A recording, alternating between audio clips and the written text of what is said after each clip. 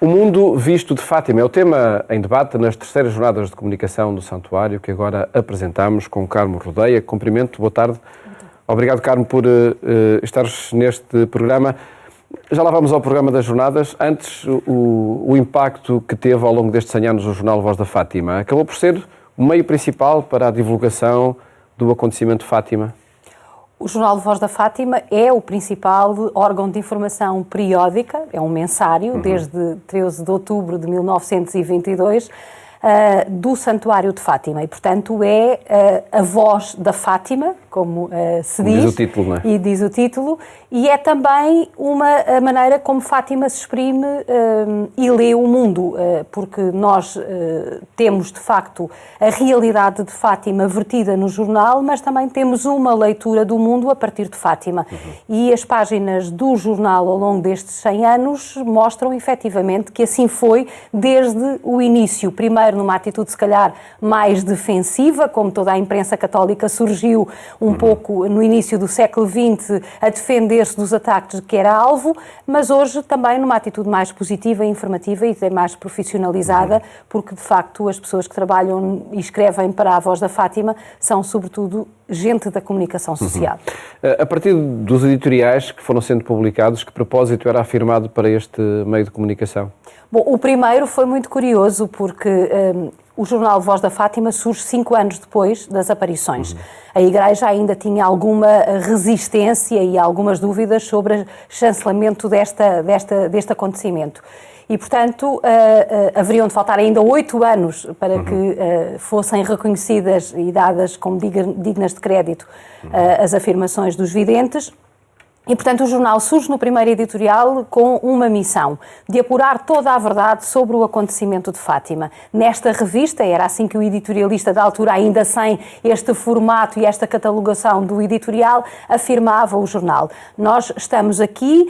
Estivemos 5 anos calados, como quem diz, estivemos 5 anos a ser escrutinados na praça pública por vários órgãos de informação, mas agora é a nossa vez de falar e, portanto, de nos afirmarmos.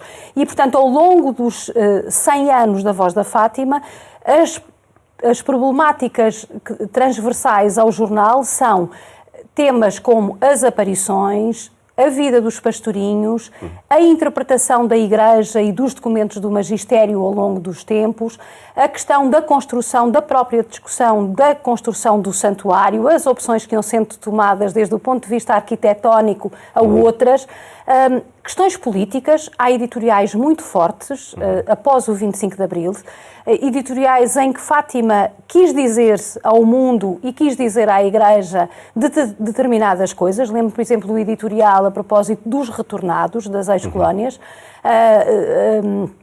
que de facto dizia-se que era necessário que os cristãos tivessem uma atitude de acolhimento de todos aqueles que vinham, porque eram nossos irmãos, como há outras posições relativamente aos migrantes, na altura os imigrantes que vinham para a peregrinação de agosto, ou outras temáticas que diziam respeito à vida da Igreja. O Ano Santo, por exemplo, com 27 números, é o pulsar da Igreja em Portugal e no mundo, que é vertida para a Voz da Fátima. E, portanto, deste ponto de vista, há várias temáticas que são transversais e que percorrem as páginas do jornal e que são muito importantes na forma como Fátima se diz, mas também como Fátima lê o mundo em determinados contextos. Nesse processo de apurar toda a verdade sobre as aparições, acredito que o jornal foi essencialmente um meio de divulgação, não de debate sobre o tema.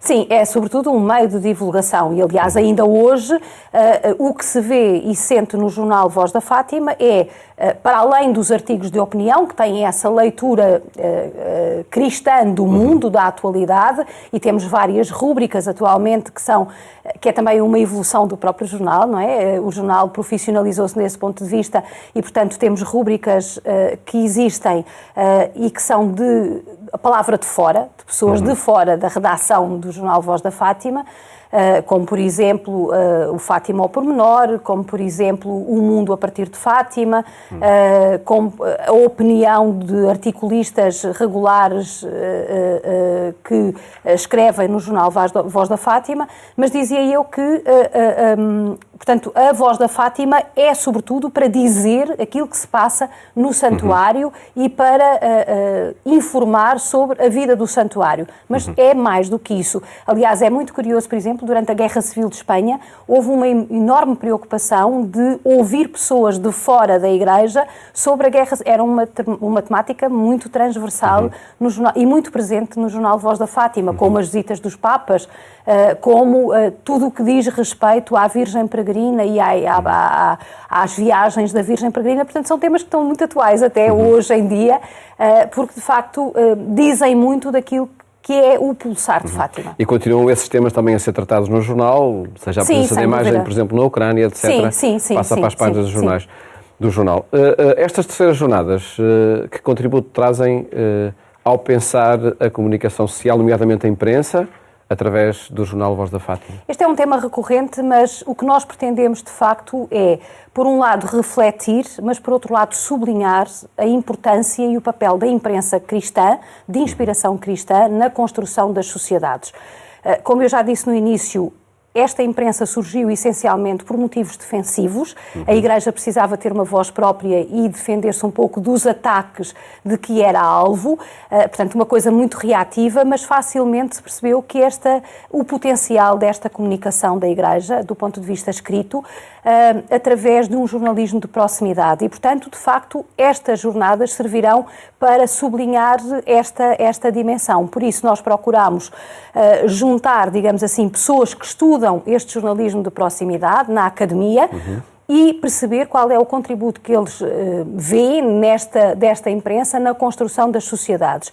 E, finalmente, perceber como é que aqueles que lidam todos os dias com a guilhotina das finanças, com a crise do papel, com a crise da imprensa escrita, passe a redundância, mas aqueles que todos os dias lidam com estes problemas, saber qual é a posição deles na transição com o digital, sabendo que esse pode ser o caminho, mas que também os nossos leitores, devido ao perfil, devido à idade, muitas vezes não têm acesso às novas tecnologias e, portanto,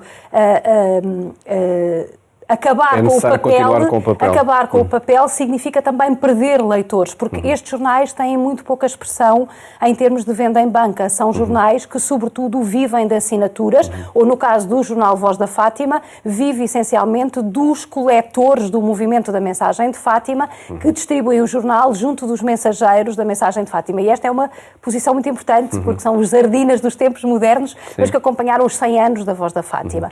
E esse é um debate que o Santuário de Fátima e o jornal Voz da Fátima está a fazer com o setor, nomeadamente da imprensa de inspiração cristã? Sim, vamos fazer nestas jornadas e queremos ser também catalisadores deste debate, porque somos um dos poucos títulos que a imprensa ainda tem, que a Igreja ainda tem em Portugal. E eu diria poucos títulos, nós vamos ter presentes... Ainda são mais de 100. Ainda são mais de 100, mas na verdade são muito menos comparados com aqueles que existiam. Com a vitalidade que existiu no início do século XX. Se nós olhamos para algumas dioceses que tinham 5, 6 títulos como propriedade da Igreja e que hoje estão reduzidos a 0, portanto, isto significa que estamos, de facto, também nesta crise e esta crise precisa de ser refletida. E precisa de ser refletida com quem está no terreno e por isso nós temos uma primeira manhã das jornadas essencialmente com académicos. As jornadas abrem com o Presidente do Dicastério da Comunicação Social do Vaticano, o Dr. Paulo Ruffini, e depois prosseguem com académicos das Universidades de Coimbra, da Universidade do Minho, da Universidade da UBI, da Beira Interior, a Universidade Fernando Pessoa, e depois, no final, vão ter a possibilidade de ouvir aqueles que todos os dias estão com a mão na massa e todos os dias sofrem esta guilhotina financeira e, ao mesmo tempo, este enorme desafio de se reinventarem. Finalmente, as jornadas encerram com um documentário que é uma viagem imersiva à Voz da Fátima, percorrendo os temas da Voz da Fátima, os géneros jornalísticos da Voz da Fátima, a história da Voz da Fátima, numa, eu chamei-lhe assim atrevidamente, uma coprodução entre o Santuário de Fátima e a TVI, que terá a antestreia nestas jornadas com a assinatura do Joaquim Franco. São umas jornadas que decorrem no dia 28, não é? 28. Abertas sobretudo aos profissionais da comunicação e a quem se interessa pelo tema. Abertas a toda a gente, abertas a toda a gente em primeiro lugar. Nós excluímos, tem um modo presencial e modo digital, porque percebemos que é um dia de semana, que há muita gente que está a trabalhar e hoje também as redações estão cada vez mais depauperadas, portanto não é só um problema da imprensa cristã, é de todas as redações.